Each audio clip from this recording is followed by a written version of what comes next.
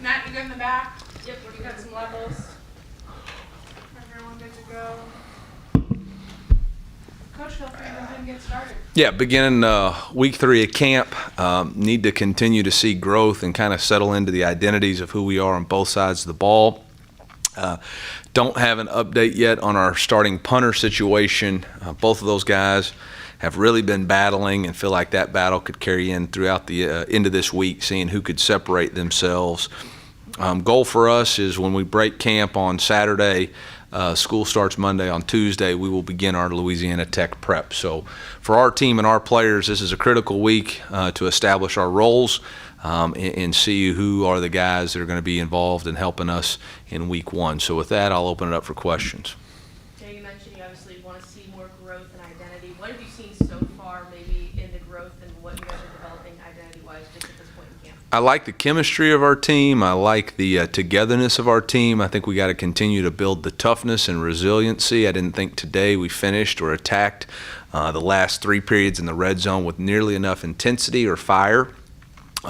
Just felt like we were going through the motions, and that's not good enough for us if we want to take a step as a program. If we were content with being average, then that's fine. We can pat them on the back and give away popsicles, but we need to continue to be tougher and more physical, and we got to respond to every period in practice, and that didn't get done today, and that's on me.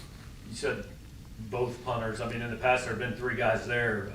Are you narrowing that down? I would say there's still a third punter involved. He hasn't been as consistent as the other 2, and he's consistently getting reps with a 3. So for the sake of clarity, I think our top 2 guys are really battling at it right now. He could come on this week. I wouldn't say he's totally out of it, but trying to get a little bit more clarity. What about running back? Where do you feel like you're at there as far as zoning in on a rotation or a couple guys? Yeah, disappointed that Nate and T-Man have been down with soft tissue. Got to get those guys back. Haven't been able to see them. Been really proud of Cody Schrader. He's been the most consistent running back in camp. You can tell his playing experience shines through. He's able to do all the things we need him to do as far as blitz pickup, route running, and consistent running the ball and getting positive yards.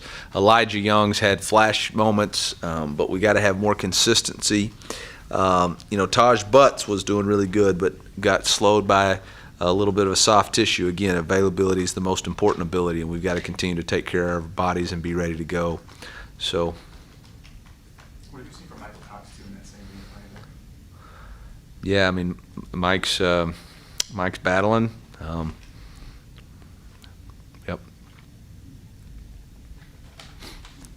When Jack Abraham entered the portal, were you sort of the first person to reach out to him? And I guess what were those conversations like? What did you sort of talk to him about your need? I wasn't one of the first people to reach out to him. Coach Hamden or Coach Peeler may have been. I don't know. I know that Coach had great conversations with him. He came up on a visit. I was I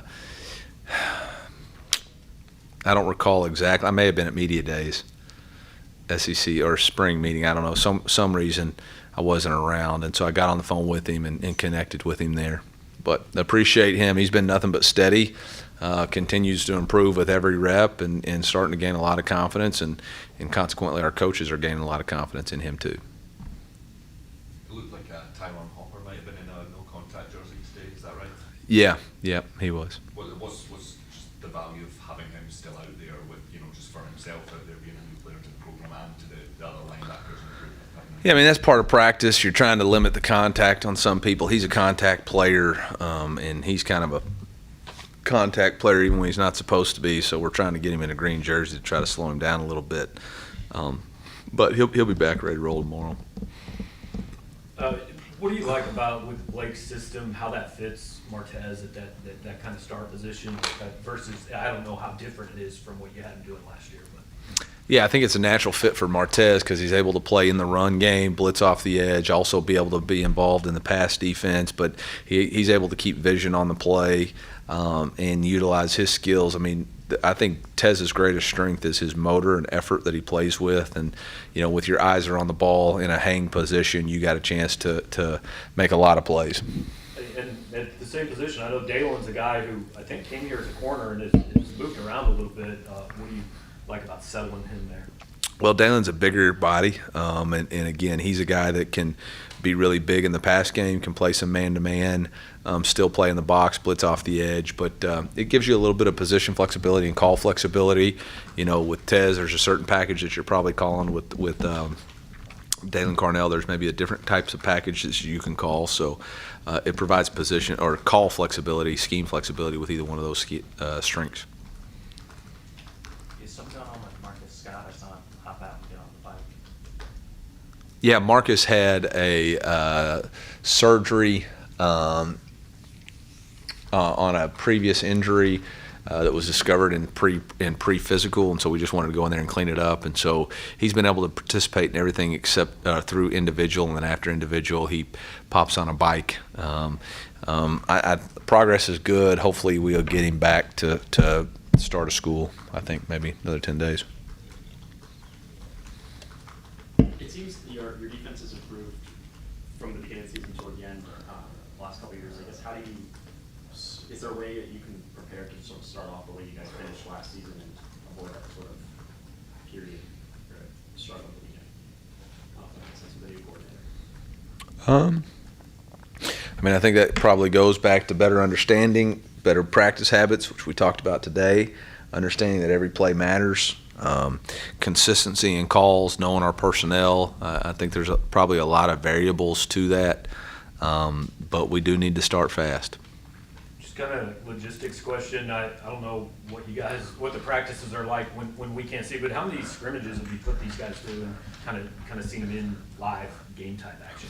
NCAA requirements are only allow you to have two practices that are full scrimmages so that you can dedicate more than 50% of it to scrimmage. We've done both of those already, but we have done some live tackling in other periods and portions of practice, and even today in field goal block was live.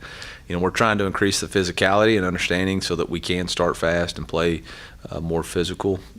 So I think we're done with that now as we're getting, you know, maybe there's one more live tackling period, maybe. Depends on the health of our team.